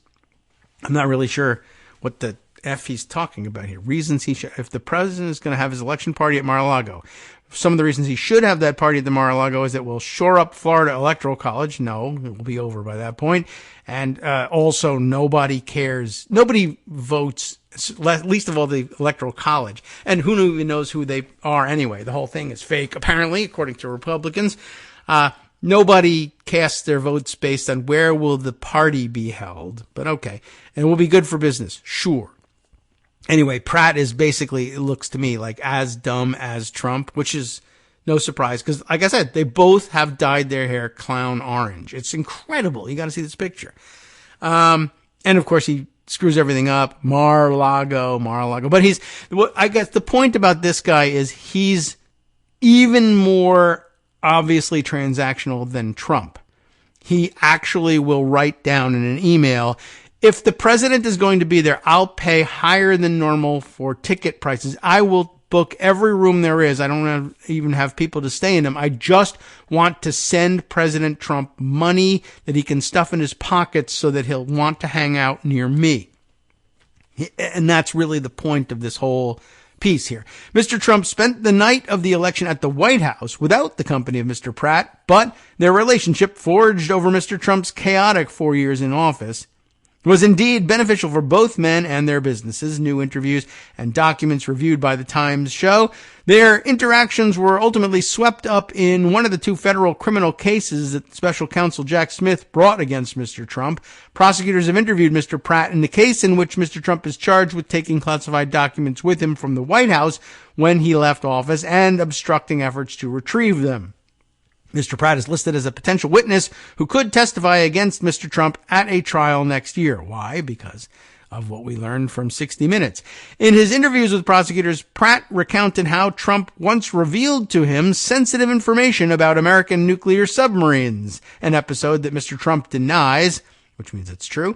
Another witness told prosecutors about hearing uncorroborated reports that Mr. Pratt spent $1 million for tickets to a Pervalago New Year's Eve gala, voluntarily paying the club a huge markup for tickets that actually cost $50,000 or less, according to 2 people with knowledge of the previously unreported testimony.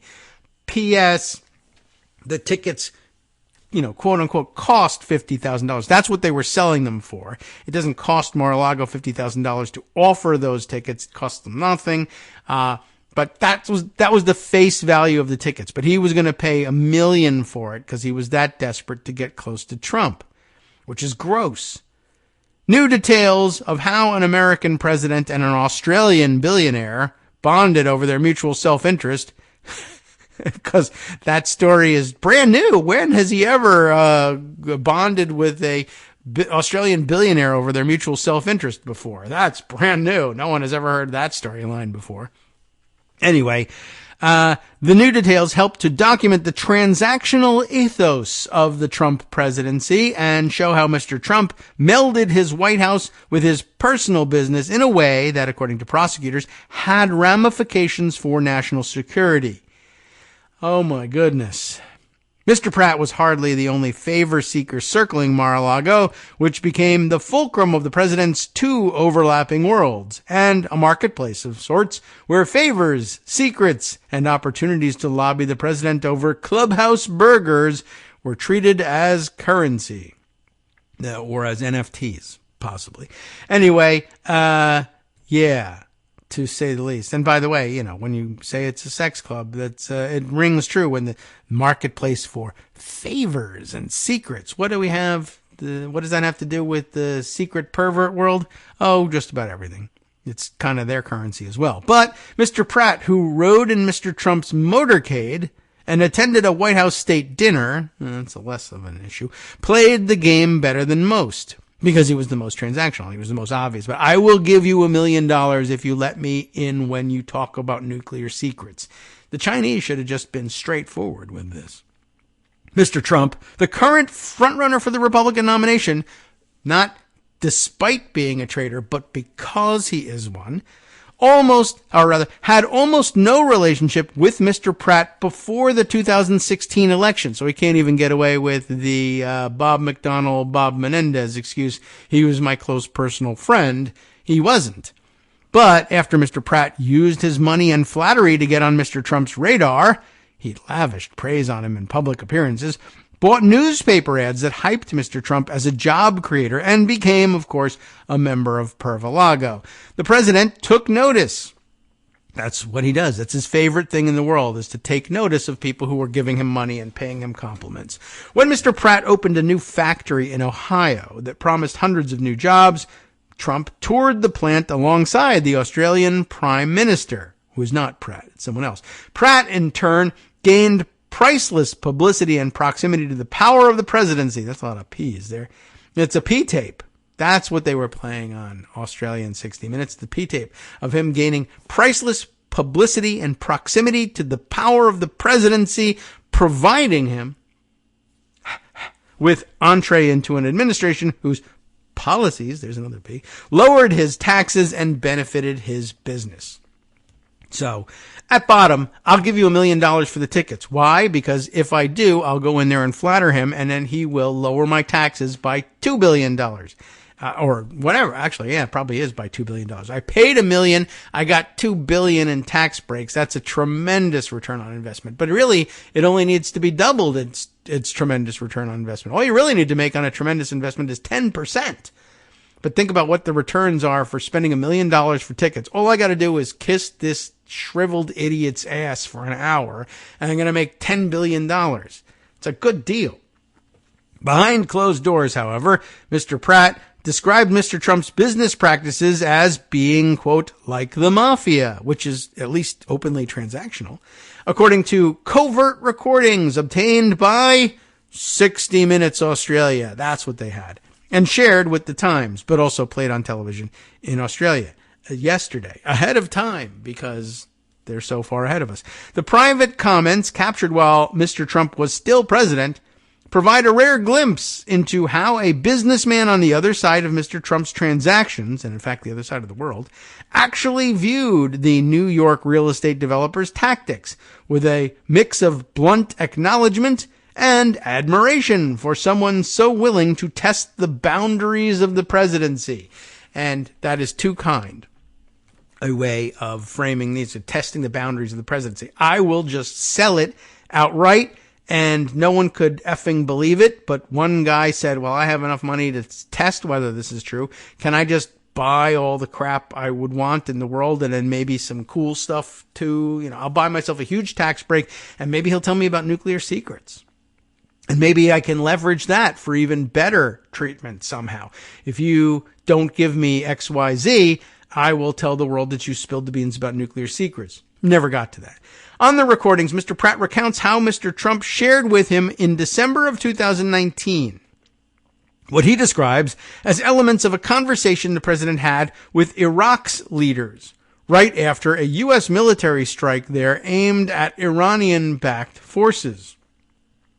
All the things that we heard about at the time or worried about at the time, that Trump would be having dinner on the porch at Mar-a-Lago and blab stuff. Remember, very early in the administration, and he had, did he have the Japanese prime minister with him, or was it the Chinese premier I know he brought the Chinese premier there for the delicious chocolate cake, the greatest chocolate cake you'll ever eat in your life. But, was it when he had the Japanese prime minister there with him, and there was a North Korean nuclear test and the missiles flew near or even over Japan or something, and he didn't want to leave the veranda for a briefing in the skiff. He wanted to just have it in front of everybody to show, look how important I am. They bring me secrets, and because you're important to me from Mar-a-Lago, you'll get to hear them too.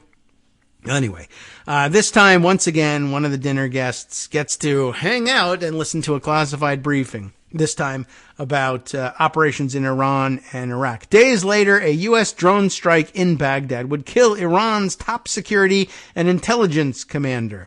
Keeps coming back to that. He keeps getting in trouble over, and that issue is at the center of it, because he loved blabbing to people about it. I killed the guy. I'm so tough.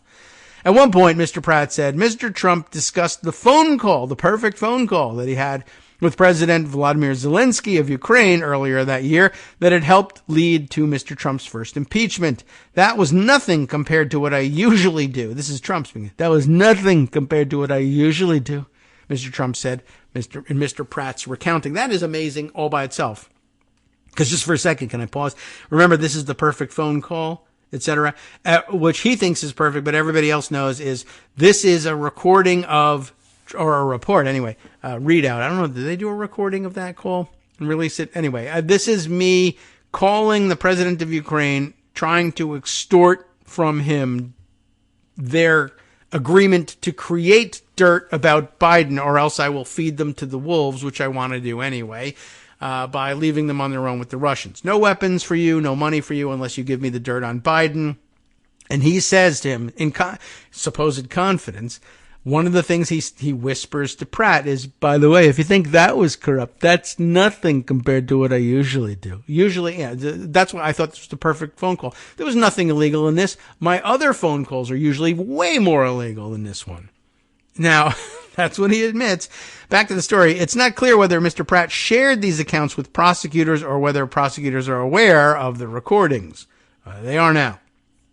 Pratt also described on the recording how Trump asked his wife, Melania, remember her, to strut around Pervolago in her bikini. And why do I call it Pervolago? Why do I call it Pervolago? You're not entitled to call it. Or maybe it used to be, but now it isn't. Jeffrey Epstein's dead. It's been many years since Trump himself was the sexual predator in chief there. He can't keep up that kind of pace. If you think by pace, if you mean, you get what I'm talking about. Well, anyway, here's more evidence of it. Mr. Trump asked his wife, Melania, she's the first lady of the United States, by the way, to strut around Mar-a-Lago in her bikini. Not that the first lady of the United States has no business doing this. I mean, if you're up to it, if you want to strut around in a bikini, go for it. If you're your husband's plaything, I'd rather not find out about that particular weird sex dynamic between you two, but I would say you do you, but you are a disgusting pervert and a traitor and deserve to be, dispatched on January 7th, 2021. But otherwise, you do you. If it wasn't for all of that stuff, I would be out of your way. So that's what he does. Pratt describes how Trump asked Melania to strut around Mar-a-Lago in her bikini. Why? For the traditional reason, so all the other guys could get a look at what they were missing. If they were missing it, I do not know. We don't know. And you can all get a look at what I leave at home with a baby while I go off with Stormy Daniels. Just so you know. She's so hot. I don't even need her, though. She's just a spare because I'm with Stormy Daniels. How do you like that? In a statement, a spokesman for Trump condemned prosecutors and said the information was coming from, quote, sources which totally lack proper context. What context do you need for that? And relevant information. That's garbage. In his own statement, Trump defended his relationship with Pratt. He's a member of the most successful club in the country, Pervolago. And from a friendly country in Australia. One of our great allies, Trump said. So it's okay. That's him trying to say it's okay for me to tell somebody who's from a great ally country about our nuclear submarines. That makes sense. I don't know him well, but he rode in my motorcade and I told him about making Melania walk around in a bikini, and I told him about nuclear secrets about our submarines. But I don't know him well. He's a coffee boy. I don't know him well, but he seemed like a nice person. He built a factory in Ohio and created American jobs, which I'm in favor of. Representatives for Mr. Pratt did not respond to several requests for comment. Next section here. Mr. Pratt, who had once pledged $1 billion, a billion with a B. This is how mercurial the clown-haired Pratt is. Once pledged $1 billion. Why? To do something disgusting?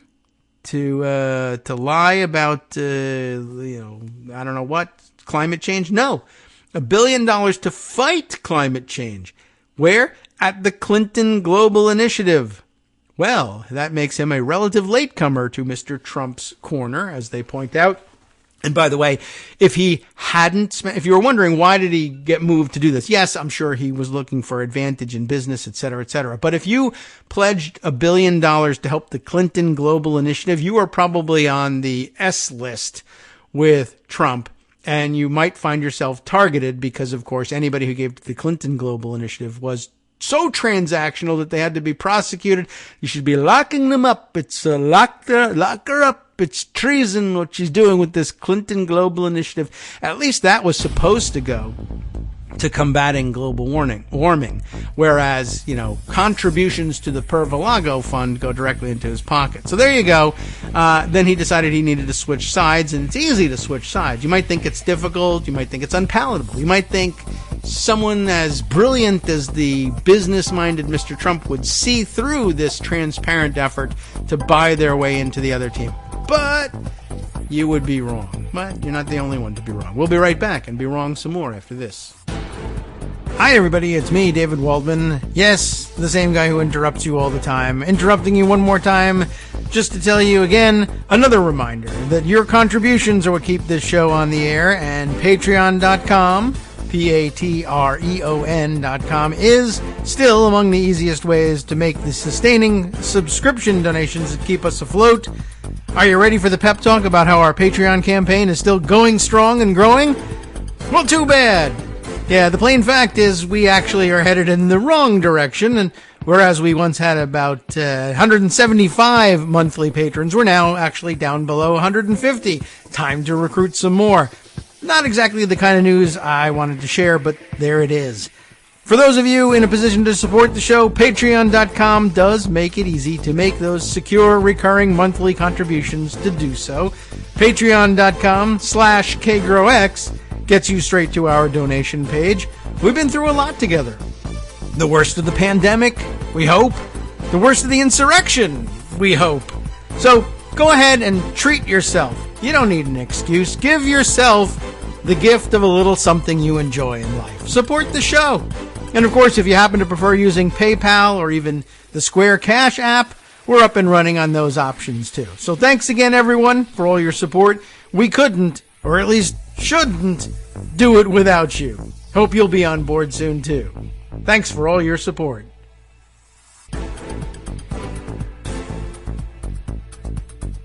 All right, welcome back now to the Kagro in the Morning Show here on Netroots Radio. Whew. All right, well, let's see. We left off over the break. Oh, yes, right.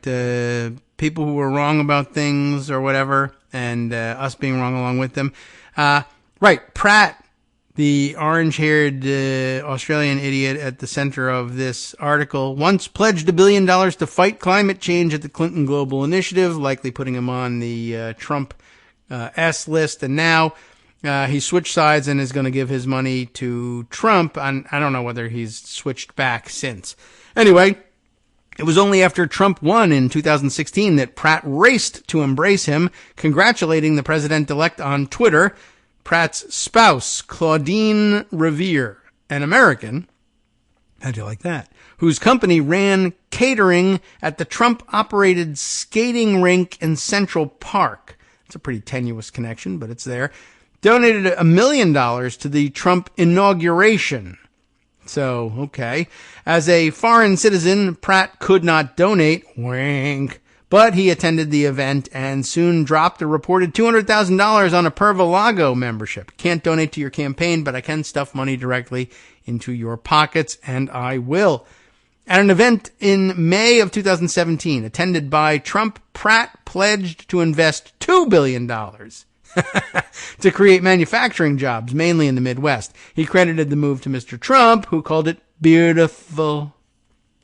So, wonderful, terrific. There you have it. Oh, I guess that first picture of them, both with the orange clown hair, must have been at that factory in the tour, and that the other guy who was normally... Can I apologize? I apologize to the nation of Australia I'm like, well, I don't know who this other clown, idiot, jerk in the picture is, but at least he's dressed like a normal human being. It was the then Prime Minister of Australia, Scott Morrison. I just didn't recognize him because he wasn't speaking. Had I heard him speak in his Australian accent, I don't know. I guess I might have guessed. But I don't know what Scott Morrison looks like. But okay, Australia, I apologize. Look, honestly, if it wasn't for the fact that it's currently Justin Trudeau is the PM of Canada and he's made himself pretty famous, even here, more often than not, when it's not Trudeau, if you showed me a picture of the Canadian Prime Minister right next door. In fact, if you showed me a picture of the President of Mexico right now, I would say, well, I think I know who the President of Mexico is, but what does he look like? As long as you didn't show me like a guy in a luchador's costume, I would probably guess that's probably not the Mexican president. But yeah, we're pretty self-centered here, and we don't know anything, and we don't think we have to learn anything about anybody. But all right. Well, anyway, sorry about that. But again, I will say this: at the very least, your prime minister was, at least by comparison, sharply dressed. And there's another guy in this picture too, and maybe he's the local congressman, maybe. And they don't identify him in this picture. And he's dressed like a normal human being too, even though they're all in blue suits.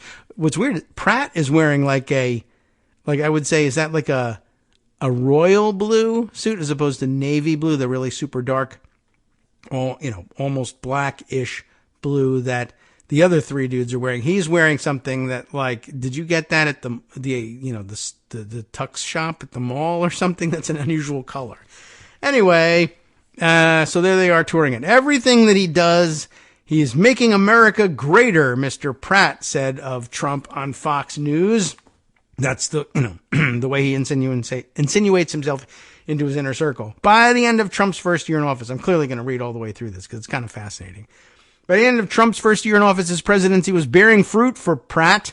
The Australian Financial Review estimated that Trump's 2017 corporate tax cut helped increase Pratt's personal wealth by more than $2 billion. Ta-da! At the Pervalago New Year's Eve party that year, Trump was captured on video feting Mr. Pratt, a recording that Pratt then emailed to Trump's Agriculture Secretary Sonny Perdue. Why? The Agriculture Secretary? I don't know. They must have run into him somewhere. At the time, Pratt and Perdue, were also discussing the U.S. food supply, a vital issue to the packaging industry. So I guess he made money selling packaging, Australian packaging, to U.S. food suppliers, and he wanted to make more money out of it. So he talked to Sonny Perdue about stuff. And Sonny Perdue said, "Who the hell are you? Why should I help you?" And he says, "Look at this. Here's a recording. Here's video of Trump saying what a great guy I am. So, if you don't do me this favor, I will email Trump and say, Sonny Perdue over here dissed me. You need to straighten him out." Presumably that was the plan. The seesaw of goodwill continued in the spring of 2018 when Pratt took out a full-page ad in the Wall Street Journal linking Trump to the creation of manufacturing jobs. In an interview with the Australian newspaper, that's not which one. The paper, I guess, the way it's punctuated here and capitalized, the paper's name is The Australian. That makes sense. It's in Australia. But during an interview, Pratt said he had told Trump that he was building his next big operation in Pennsylvania, which he noted was a big swing state. So he's very calculated. He understands what he's doing, etc., etc. When the two men crossed paths at a dinner, how did they do that? At Pervalago, soon after the ad appeared, Trump remarked, "Anthony, great to see you, and thanks for the ad," according to an account in the Australian Financial Review, another publication there. Trump then announced to the dining room, "Ladies and gentlemen, the great Anthony Pratt." The room erupted into applause. Not that anyone knew who Anthony Pratt was, but the big guy said this thing, and it was supposed to be a prompt. Please feed this guy's ego over here, too, because he keeps giving me millions of dollars. Next section, Finding POTUS. Once Mr. Pratt had access to Mr. Trump, he only wanted more. Is POTUS going to be at Mar-a-Lago again this season? And if so, do you know when? he wrote to a Mar-a-Lago employee in May of 2018, according to records that were turned over to the special counsel's office, and reviewed by the Times. Pratt then returned to Mar-a-Lago for New Year's Eve for a second straight year, inviting a number of guests and clients.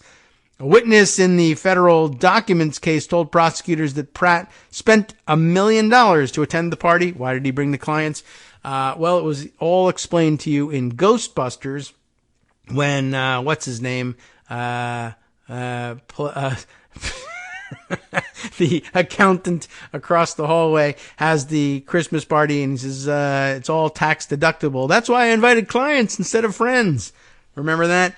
So anyway, I guess he's playing that game, taking his cues from the movies as well. I bring clients to Mar-a-Lago for New Year's Eve so that I can stuff $1 million in Trump's pockets to pay inflated prices for the tickets to make sure I can get there.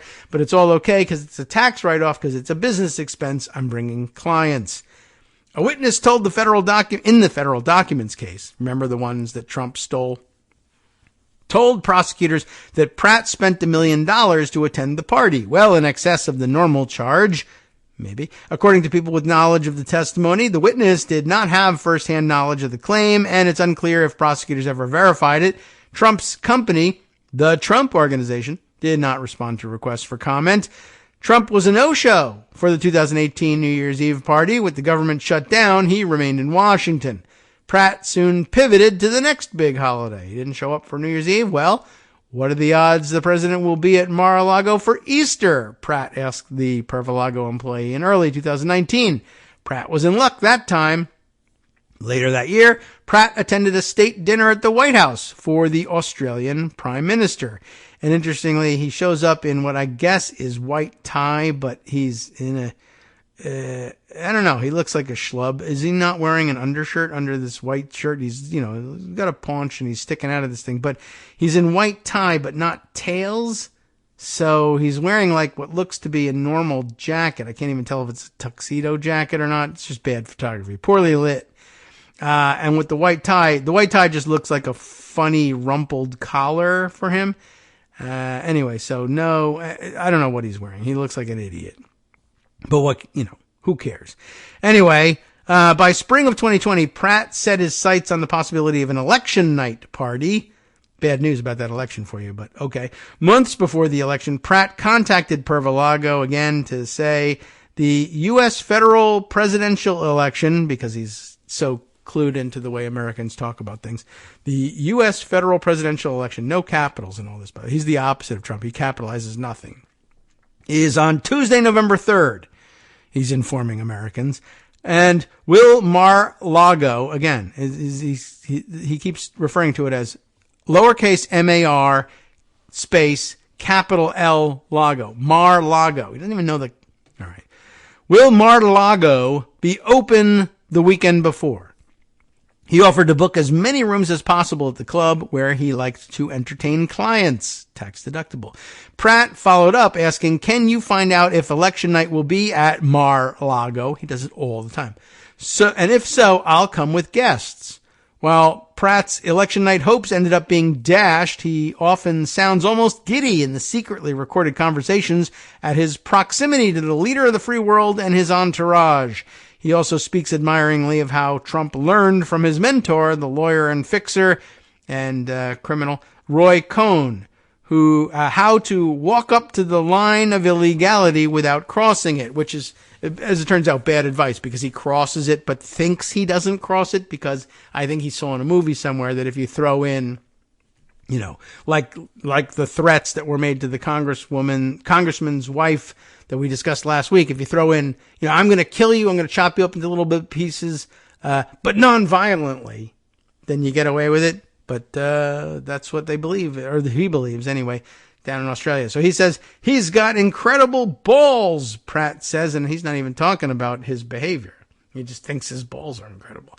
Anyway, Trump says, would you go and tell that guy over there to steal for me? And so he can say, I never told the guy to steal. And things like that is how Trump gets away with it. Pratt believes. I wish I had a better Australian accent. I think I could do it pretty well. I'd have to study it a little bit better. I keep lapsing into like English Cockney accidentally. It's too close for me, even though there's vast differences. But if I could practice my Australian vowels for a while. Next Pratt story, maybe I can give it a try. But in the meantime, Pratt also boasts in these private conversations about his relationship with Rudy Giuliani, Mr. Rudy Kaludi himself, who is, of course, under indictment in Georgia on charges of conspiring with Trump and others to subvert the 2020 election results.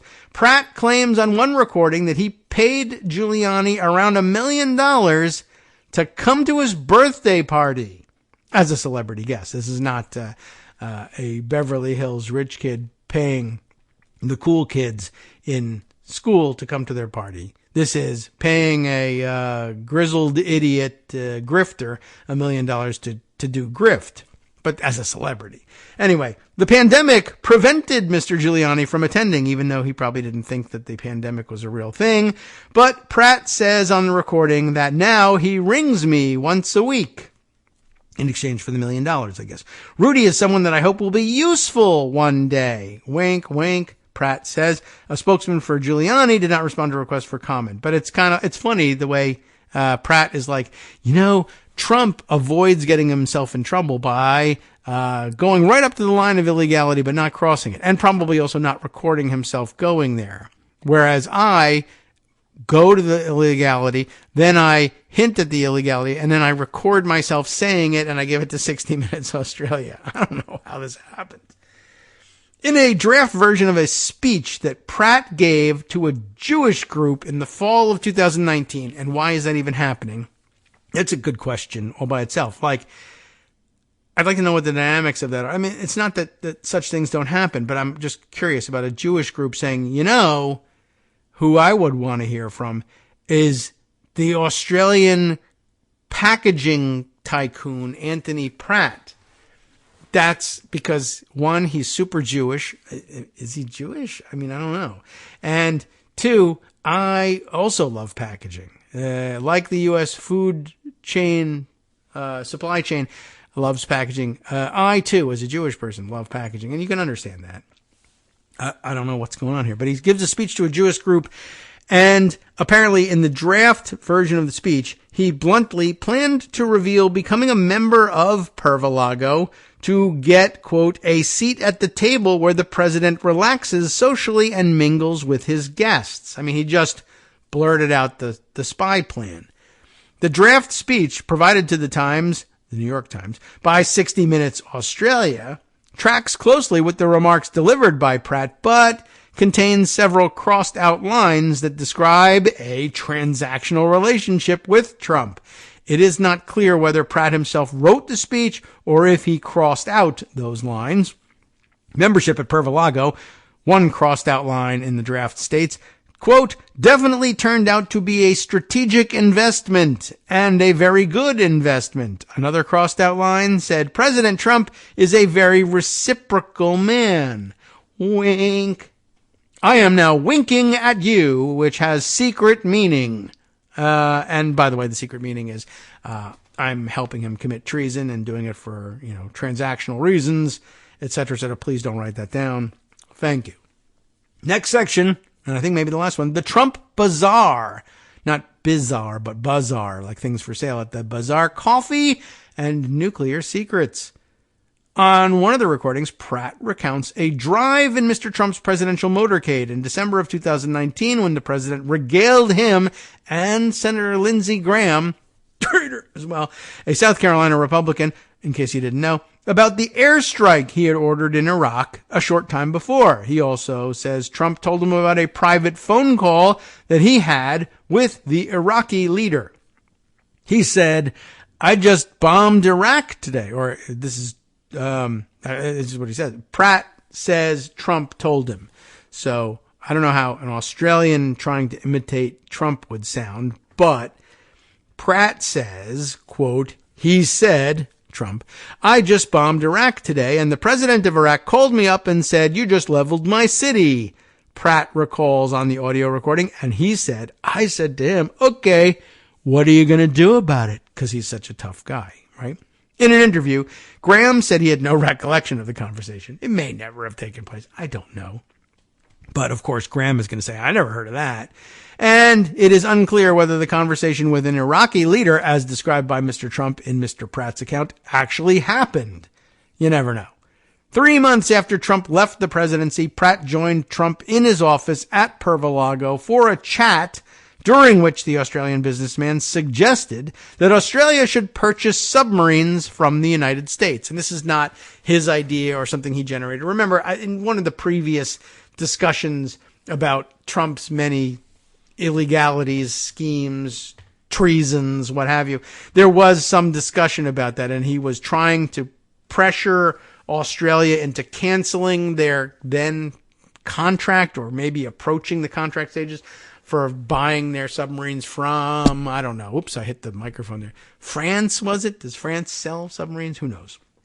Anyway, I think but he said, no, you should be buying them from the United States, reasons, etc. He wanted to sell arms, it looks like, not like all Americans sharing the profit of arms sales that we do, but, sales is like a big deal for him. Anyway, so he did press them to do that. And I think they eventually did do it and cancel whatever contract they had and moved to buying American submarines. But I guess at that point, I don't know. It's might imply that the Australian government said to Pratt, if you have his ear, then go ahead. But I don't know. Maybe the Australian government at the time was like, please don't pressure us. We have a contract, whatever. And Pratt's intervention pushed them to say, all right, France won't nuke us if we break this contract, but America under Trump might. So he's crazy. We have to do this. We have to go with American submarines. So they're discussing this.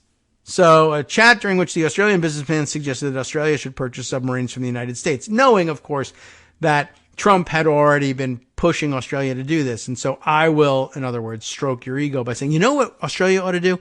We ought to buy our submarines from the United States. Yes, now you're talking.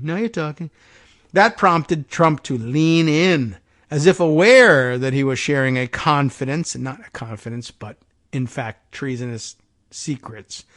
As if he was sharing a confidence, and he leans in, and according to Pratt, speaking to investigators, Pratt says Trump described the number of nuclear warheads that U.S. submarines typically travel with and their stealthy proximity to Russian waters. You should buy them because you can carry up to 15 nuclear missiles, each one carrying, I don't know what the number is. I don't know. And if I did, I guess then I wouldn't share it.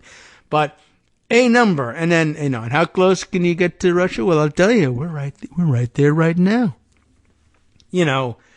Electric chair, my friends. That's what you do with these guys. In November, but not us, because take him seriously, but not literally. Whatever. In November of 2021, Pratt flew to Florida. This is the end of the story. This is a flat ending. To have coffee at Mar-a-Lago, because that's what you do. You fly from Australia to Florida to have coffee and meet with Mr. Trump, records show. It is unclear what they discussed or if they have met since. Dun, dun, dun, dun, dun. So last time they talked about nuclear submarine secrets, and then he had coffee, which he probably flew all the way to Australia to Mar-a-Lago for the coffee because they have the best coffee. It's the best coffee you'll ever taste. It goes so beautifully with the world's most beautiful chocolate cake. But clearly there was something in it for him. He's as transactional, or if not more transactional than Trump. And I guess that's the cliffhanger. We all have to wait to find out what did they talk about and what kind of treason was committed by Trump at Mar-a-Lago in November of 2021. And eventually we'll learn, I guess. So let's see. Okay, there you have it. Just thought I would point that out for you. Let's see. Other things that I should be sharing with you in the last few minutes of the show. Gosh, I don't know. Well, I guess we'll mention other things that were in the news over the weekend that you were saying, well, why didn't he mention the fact that Elon Musk is in a battle now with Wikipedia somehow?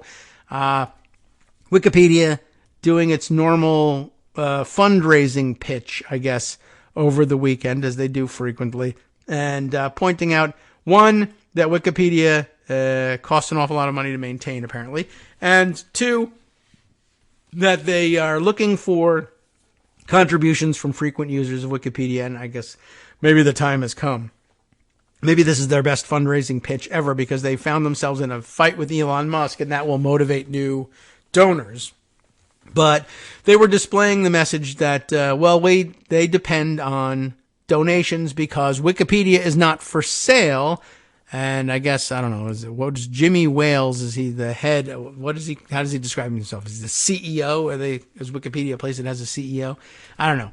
But, and a personal appeal from Jimmy Wales in saying, hey, we're not for sale and we don't want to be for sale and we don't, we don't blow in the wind with Elon Musk money being waved in front of us, et cetera, et cetera. That's the idea, essentially.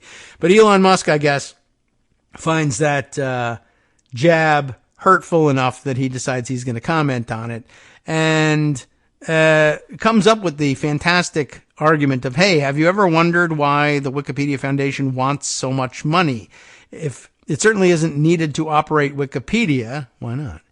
You can literally fit a copy of the entire text on your phone. So what's the money for? Our inquiring minds want to know. I guess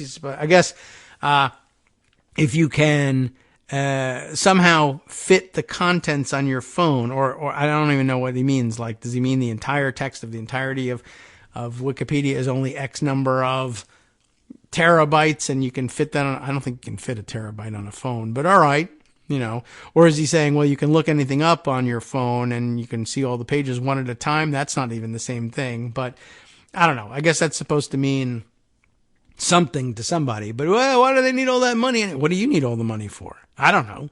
But anyway, apparently that's supposed to be an important point and supposed to mean something.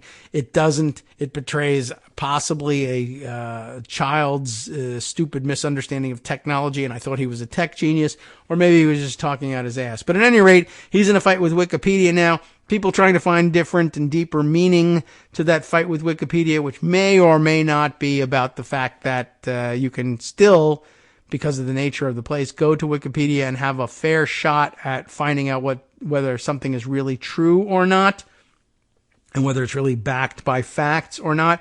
Whereas Musk seems bound and determined to make Twitter a place where he can shape reality and tell people that things are true when they are not, but Wikipedia will foil him, so he wants to destroy it or possibly buy it or just discredit it in some way.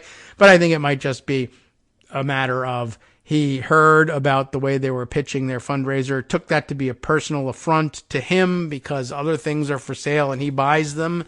And so now he's going to fight with Wikipedia. I don't know how well that comes out for him, but it's out there, and I have a feeling it will become a theme in our lives because Elon Musk is equally bound and determined to make himself a daily theme in everybody's life.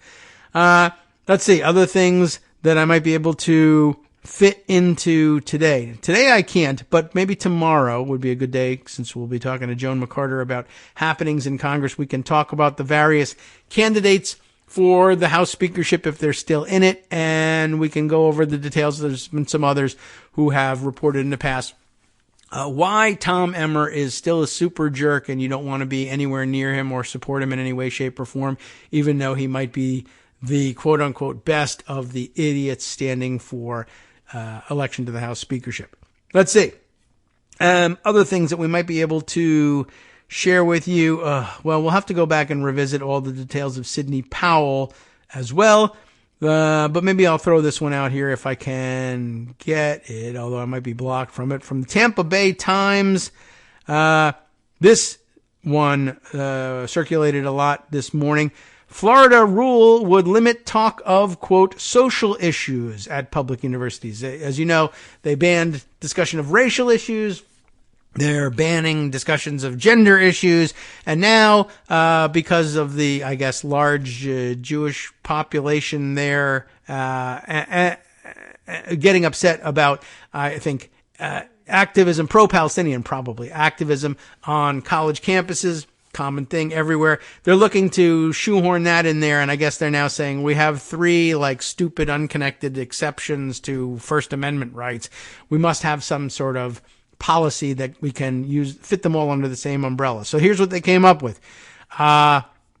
It's rather amazing. A proposed regulation aimed at restricting diversity programs and social activism at Florida's public universities has stirred confusion, with some saying its broadly worded passages could limit free speech. It absolutely does. The regulation, when approved, if approved, I guess, will determine how the state enforces the law known as Senate Bill 266, a measure pushed by Ron DeSantis that seeks to gut diversity, equity, and inclusion programs at colleges and universities. But now it says that universities may not spend public money on activities that, quote, advocate for diversity, equity, or inclusion, or promote or engage in political or social activism. That is pretty amazing. It says political or social activism is any activity organized with the purpose of affecting or preventing change to a government policy, action, or function, or any activity intended to achieve a desired result related to social issues, where the university endorses or promotes a position in communications, advertisements, programs, or campus activities. Social issues, in case you need some more definitions, defined as topics that polarize or divide society among political or ideological or moral or religious beliefs or positions or norms, or basically anything ever of any importance to anyone for any reason. And as Gerald Solis, general counsel for the University of South Florida, says, I can't think of anything that doesn't. It is pretty amazing, but I guess there you go. And so now, in pursuit of the way of using republicanism to smash the Orwellian state, you are now allowed to talk about smashing it and about how Orwellian it is. But, of course, George Orwell's books, which would explain what Orwellianism actually means, are probably banned. So you can't really figure it out. You just have to take his word for it that it's Orwellian. Orwellian things are bad, and just I'll tell you what you can and can't discuss on Florida campuses. And what would be the point of going to college if you couldn't discuss any of those things? I don't know. And he's hoping that you don't know either, and you'll stop going to college, because college-educated people vote for Democrats largely, and that's really bothering them these days. All right, time now to hand things over to Justice Putnam for the West Coast Cookbook and Speakeasy next. You have been listening to Kagro in the Morning with David Waldman. All right, well, he'll be talking about the speaker's race, of course, and how about these stories? Police in an Atlanta suburb pledged a full investigation after residents reported anti-Semitic flyers plastered throughout the community, becoming a big problem for those of us in that community and those of us who care about that community. Weird. It's tough living here these days.